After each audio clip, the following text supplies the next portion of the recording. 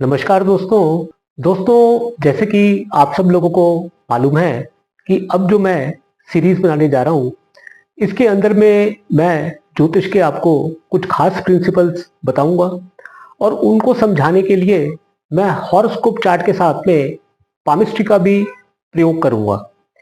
आज के टॉपिक पे मैं जिस व्यक्ति के बारे में बात कर रहा हूँ उनका मैं नाम तो नहीं आपके साथ में बता सकता, लेकिन उनके काम से आप सब लोग उन्हें पहचानते हैं।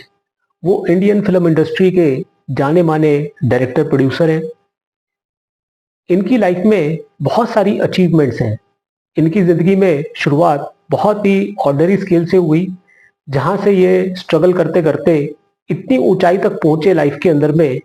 ये बात समझनी बहुत ज़रूरी है कि जन्म कुंडली के अंदर में वो कौन से योग हैं और पामिस्ट्री के अंदर में वो हाथ की कौन सी रेखाएं हैं जिन्होंने इन्हें इतनी हिम्मत दी, और हिम्मत के साथ में जो टैलेंट है उसको दिखाने का इन्होंने साहस भी किया।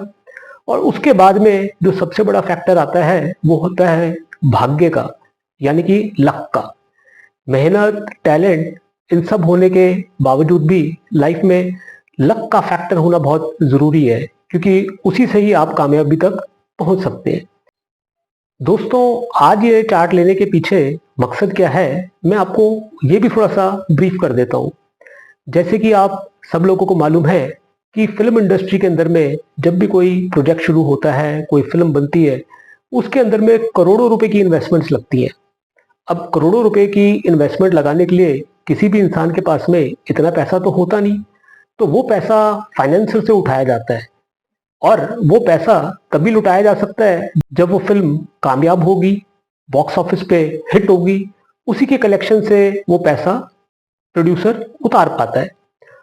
आज के टॉपिक में इनकी केस स्टडी लेने के पीछे मकसद मेरा क्या है ये बताने का कि ये इंसान जीवन में कर्जे लेते चले गया, उन्हीं कर्जों से ये अपने काम करते चले गए।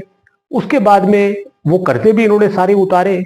ये अपने आप में एक बहुत बड़ा चैलेंज है, क्योंकि जब भी कोई इंसान ऐसे बड़े अमाउंट्स के कर्जे लेता है और उसके अंदर में अगर वो भाग्य का साथ ना मिले तो उसके अंदर में पूरी की पूरी रकम डूब जाती है। ऐसे आपने कई एग्जाम्पल्स लाइफ में देखे होंगे। तो आइए इनकी जन्म कुंडली से मैं आपको वो योग बताता हूं कि जिसके अंदर में इंसान कर्जे लेगा, अपने कारोबार करेगा, उससे पैसा कमाएगा और वो कर्जे भी उतारेगा। तो देखिएगा दोस्तों, सिंह लगन की कुंडली है। यहाँ पे आप देखेंगे कि लगन के स्वामी सूर्य वो 8th हाउस में बैठे हैं, 11th लॉर्ड, सेकंड लॉर्ड बुध के साथ में। यानी कि इंसान की जो लाइफ है उसके अंदर में स्ट्रगल्स कम नहीं होंगी, मेहनत बहुत करनी पड़ेगी, चैलेंज बहुत बड़े खड़े होंगे, क्योंकि 8th हाउस आपके स्ट्रगल्स का है, ऑब्स्टिकल्स का है, हर्डल्स का है, परेशानियों का है, रुकावटों का है। कामयाबी आसानी से नहीं मिलेगी। लेकिन आप देखिएगा मजबूत 10th हाउस जो कि कर्म स्थान है, प्रोफेशन का स्थान है, यहाँ पे आप देखेंगे कि बृहस्पति बैठे हैं जो कि सेकंड हाउस को अपनी दृष्टि देते हैं, यानी कि धन के भाव को, वाणी के भाव को। इंसान कमिटमेंट वाले हैं, यानी कि जिससे जो वायदा कर दिया वो वायदा जरूर निभाएंगे। इनके साथ में शनि बैठे हैं जो कि डिटर्मिनेशन के कारक हैं, और इन दोनों के साथ में दिग्बली मंगल बैठे हैं जो कि लगन को देखते हैं। यानी कि इंसान के अंदर में मेहनत करने का मादा है, इंसान कमिटेड भी है और मंगल की वजह से दिलेर भी है। यहाँ पे आप देखेंगे कि जो शनि है वो 7th लॉर्ड है। 7th house, 7th Lord 10th house से 10th है, यानी कि आपका प्रोफेशन बताता है। यहाँ पे आप देखेंगे कि शुक्र बैठे हैं राहु केतु एक्सेस में। शुक्र जैसे कि आपको मालूम है कि फीमेल्स के कारक हैं, फिल्म इंडस्ट्री के कारक हैं, और शुक्र का मजबूत होना जरूरी है, क्योंकि जो फिल्म इंडस्ट्री है वो एक ग्लैमर वर्ल्ड है। इसी के साथ में शनि की जो लॉर्डशिप है वो 6th हाउस की भी है। 6th हाउस आपके कर्जे होते हैं। 10th हाउस में बैठ के शनि ये बताता है कि फिल्म इंडस्ट्री के लिए, प्रोजेक्ट्स बनाने के लिए इंसान को कर्जे लेने पड़ेंगे।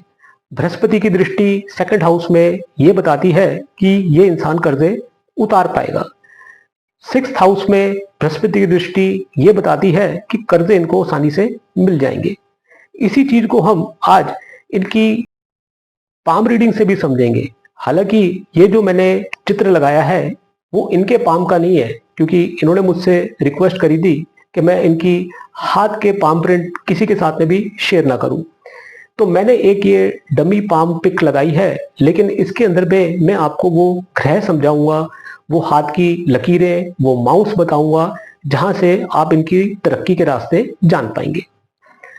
तो दोस्तों, जैसे कि आप देखेंगे कि जो मिडिल फिंगर है वो शनि की फिंगर होती है। यहां से जो निकली हुई जो रेखा होती है वो आपके भाग्य को बताती है।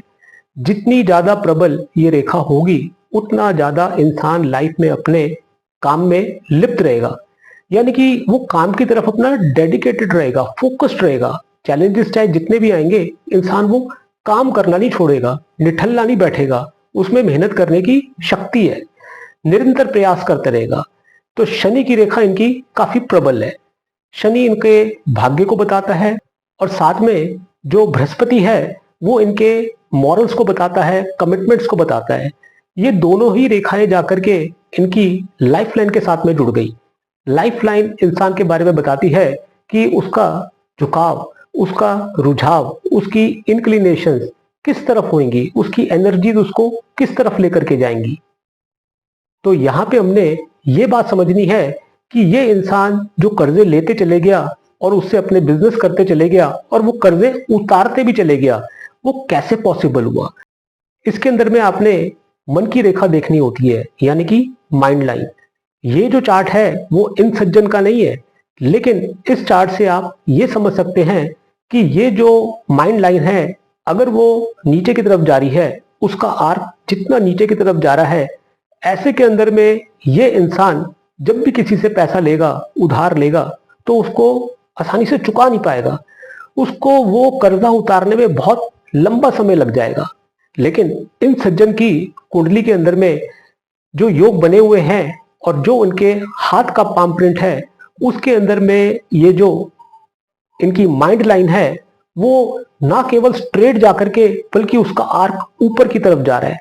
यानी कि वो इंसान जितनी जल्दी कर्जे लेगा उतनी जल्दी वो उसे उतारता भी चले जाएगा। और यहाँ पे जो इनका आर्क है वो माइंड लाइन इनकी बुध की तरफ जा रही है। बुध यानी कि बुद्धि का कारक है, बिजनेस का कारक है। ये कर्जे लेते चले गए, उस पैसे को ये अपने बिजनेस में लगाते चले गए, जहां से इनको प्रॉफिट्स अच्छे खासे हुए। उन्हीं प्रॉफिट्स की वजह से इन्होंने इंटरेस्ट के साथ में अपना कर्जा उतारा और बचे हुए पैसों को इन्होंने प्रॉपर्टीज पे लगाया, जिसकी वजह से इनकी बेशुमार प्रॉपर्टीज बन गई। कुंडली के अंदर में आपने मजबूत शनि देखा, मंगल देखा। आप पाम प्रिंट पे भी देखेंगे कि इनकी जो अपोलो फिंगर है वो बृहस्पति की इंडेक्स फिंगर से ऊंची है। इंसान के अंदर में रिस्क उठाने की कैपेसिटी भी है। दोस्तों, बहुत बारी ऐसे भी मैटर्स आते हैं जहाँ पे लोगों की जन्म कुंडली उनके पास में नहीं होती। उसके अंदर में जो उनके पाम प्रिंट है, उनकी जो हथेली है, हाथ की रेखाएं हैं, हाथ की जो बनावट है, वो उनके बारे में पूरी कहानी समझा देती है। आज के वीडियो में ये डिस्कशन आपको कैसा लगा, अपने कमेंट्स आप जरूर दीजिएगा। और जो पैरामीटर मैंने आपको बताया है, उस पैरामीटर को आप अपने या अपने जानकारों के हाथ में लगा करके देखिएगा और अपने फीडबैक बताइएगा कि आप में से कितने लोग लाइफ में कर्जा लेकर के उसको आसानी से उतार पाए हैं और कितने लोग ऐसे थे जिन्होंने उस कर्जे को लेकर के कामयाबी हासिल करी। मुझसे जुड़े हुए आपके कोई पर्सनल सवाल हो तो कंसल्टेशंस के लिए मैं अपने व्हाट्सएप नंबर शेयर कर रहा हूँ। कभी भी बेहिचक होकर के मुझसे आप अपने मन की बात कर सकते हैं। थैंक यू दोस्तों, नमस्कार।